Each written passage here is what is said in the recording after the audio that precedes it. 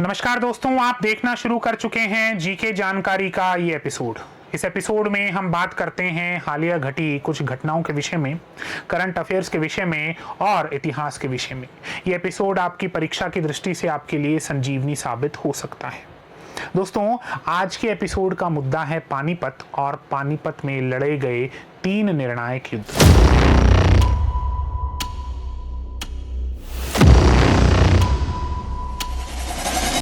जी हाँ, वर्तमान में हरियाणा के एक जिला पानीपत, जो कि दिल्ली से महज 90 से 95 किलोमीटर दूर है, इस पानीपत में 3 निर्णायक युद्ध लड़े गए। वीडियो के अंत में हम बात करेंगे कि पानीपत में ऐसा क्या है, ऐसी क्या खास बात है कि ये तीनों युद्ध पानीपत में ही लड़े गए। दोस्तों, आज 21 अप्रैल है और 21 अप्रैल 1526 को पानीपत का पहला युद्ध लड़ा गया। जी हाँ दोस्तों, पानीपत में एक नहीं, दो नहीं, पूरे तीन युद्ध लड़े गए और इन तीनों ही युद्धों का परिणाम ऐसा हुआ जिसने भारतीय उपमहाद्वीप की राजनीति की दशा और दिशा दोनों को बदल कर रख दिया था। दोस्तों, पानीपत का पहला युद्ध 1526 में लड़ा। ये युद्ध किस किस के बीच हुआ? ये युद्ध हुआ बाबर और दिल्ली के सुल्तान इब्राहिम लोधी के बीच में। दोस्तों, बाबर उज्बेकिस्तान के फरगना का रहने वाला था।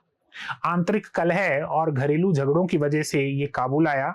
काबुल में इसने अपना शासन स्थापित किया और फिर मंशा की कि दिल्ली की गद्दी पर काबिज हुआ जाए। अपनी इसी मंशा के चलते इसने 1526 में पानीपत में अपना पड़ाव डाला। दोस्तों, इब्राहिम लोदी के पास लगभग 1.25 लाख की सेना थी। वहीं बाबर के पास महज 20 से 25 हजार लड़ाके थे, लेकिन फिर भी इस युद्ध में बाबर की जीत होती है। बाबर की जीत के कई कारण बताए जाते हैं। पहला कारण बताया जाता है बाबर की कुशल रणनीति। दोस्तों, इस युद्ध में पहली बार तोप और बारूदों का भी प्रयोग किया गया। इस युद्ध में इब्राहिम लोदी की हार होती है और दिल्ली की गद्दी पर मुगलिया सल्तनत काबिज होती है। लेकिन बाबर की बदकिस्मती कि बाबर बहुत लंबे समय तक दिल्ली पर शासन नहीं कर पाया और बाबर की मृत्यु हो गई। बाबर की मृत्यु के बाद बाबर का बेटा हुमायूं दिल्ली की गद्दी पर काबिज होता है, लेकिन हुमायूं भी कोई बहुत ज्यादा खुशकिस्मत नहीं रहा। हुमायूं ने अपना लगभग जीवन दिल्ली से बाहर निर्वासित रूप में ही निकाला।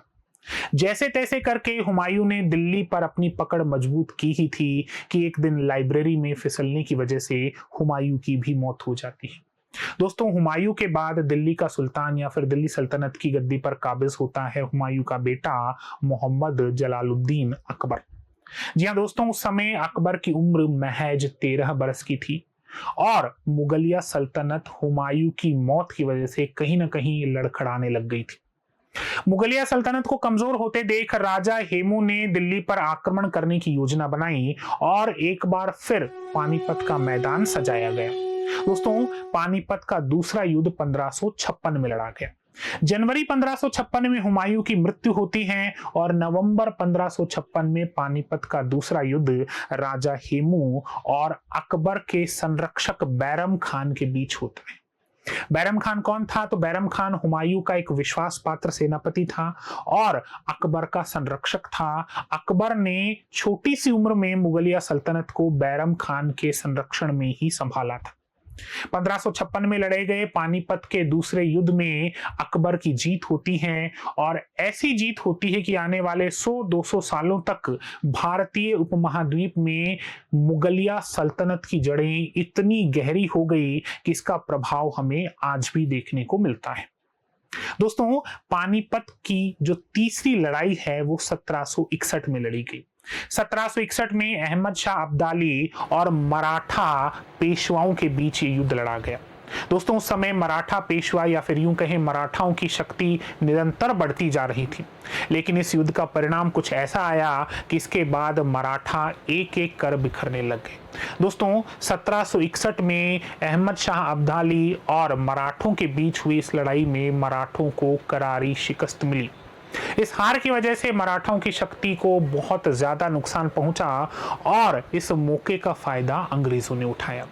दोस्तों, पानीपत के तीसरे युद्ध का परिणाम ये हुआ कि अंग्रेजों को भारतीय उपमहाद्वीप में अपने पैर पसारने के लिए एक बहुत ही अच्छा मौका मिला और भारतीय उपमहाद्वीप से मराठों की शक्ति लगभग समाप्त सी हो गई थी।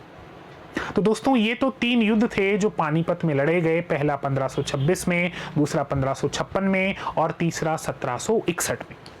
अब बात करते हैं पानीपत ही क्यों, आखिर ये युद्ध पानीपत में ही क्यों लड़े गए, इसके पीछे क्या कारण है। तो दोस्तों इसके पीछे कई कारण हैं। सबसे पहला कारण है भौगोलिक कारण।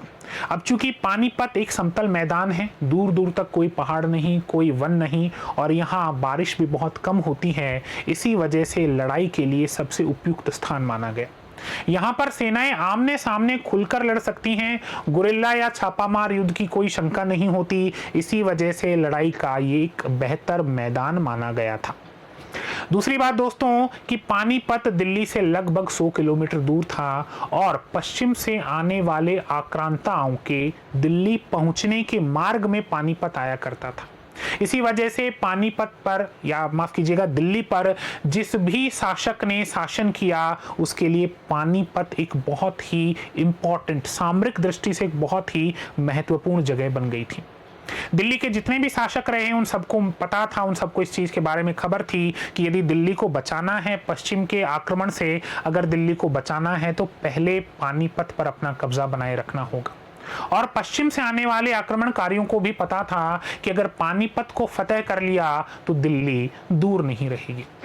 दोस्तों इसके अलावा एक और बड़ा कारण था। आपने ग्रैंड ट्रंक रोड के बारे में सुना होगा। जी हाँ, ये वही मार्ग है, ये वही रास्ता है जो काबुल से लेकर बिहार और बंगाल को जोड़ता है। पश्चिम से आने वाले जितने भी आक्रमणकारी हुए या जितने भी लोग हुए वो लगभग इसी मार्ग से होकर आए हैं और पानीपत भी ग्रैंड ट्रंक मार्ग पे ही स्थित है। इस वजह से पानीपत की अहमियत और भी ज्यादा बढ़ जाती है। दोस्तों और भी कुछ कारण हैं। पानीपत के आसपास बहुत ही उपजाऊ भूमि है, जिस वजह से यहाँ व्यापार व्यवसाय बहुत शानदार हुआ करता था। तो जो भी राजा, जो भी सुल्तान इस भूमि पर युद्ध लड़ा करते थे उनके लिए हथियार और रसद की आपूर्ति बराबर हो जाती थी। दिल्ली से महज 90 से 100 किलोमीटर की दूरी होने पर जो एक्स्ट्रा टुकड़ी होती है, अतिरिक्त टुकड़ी होती है, वो भी दिल्ली से भेजने में ज्यादा समय नहीं लगता था। दोस्तों पानीपत के बारे में एक विशेष बात और बताई जाती है कि महाभारत में एक प्रसंग है जब पांडवों ने कौरवों से 5 गांव मांगे थे। इन 5 गांव में पानीपत भी एक गांव था। तो दोस्तों ये कुछ कारण थे कि जितने भी युद्ध लड़े गए सब पानीपत में ही क्यों लड़े गए। मैं उम्मीद करता हूं आपको पानीपत में लड़े गए तीनों ही युद्धों के बारे में हल्की फुल्की जानकारी मिली होगी और इस कारण को भी आप समझ पाए होंगे कि पानीपत में ही ये तीनों युद्ध क्यों लड़े गए।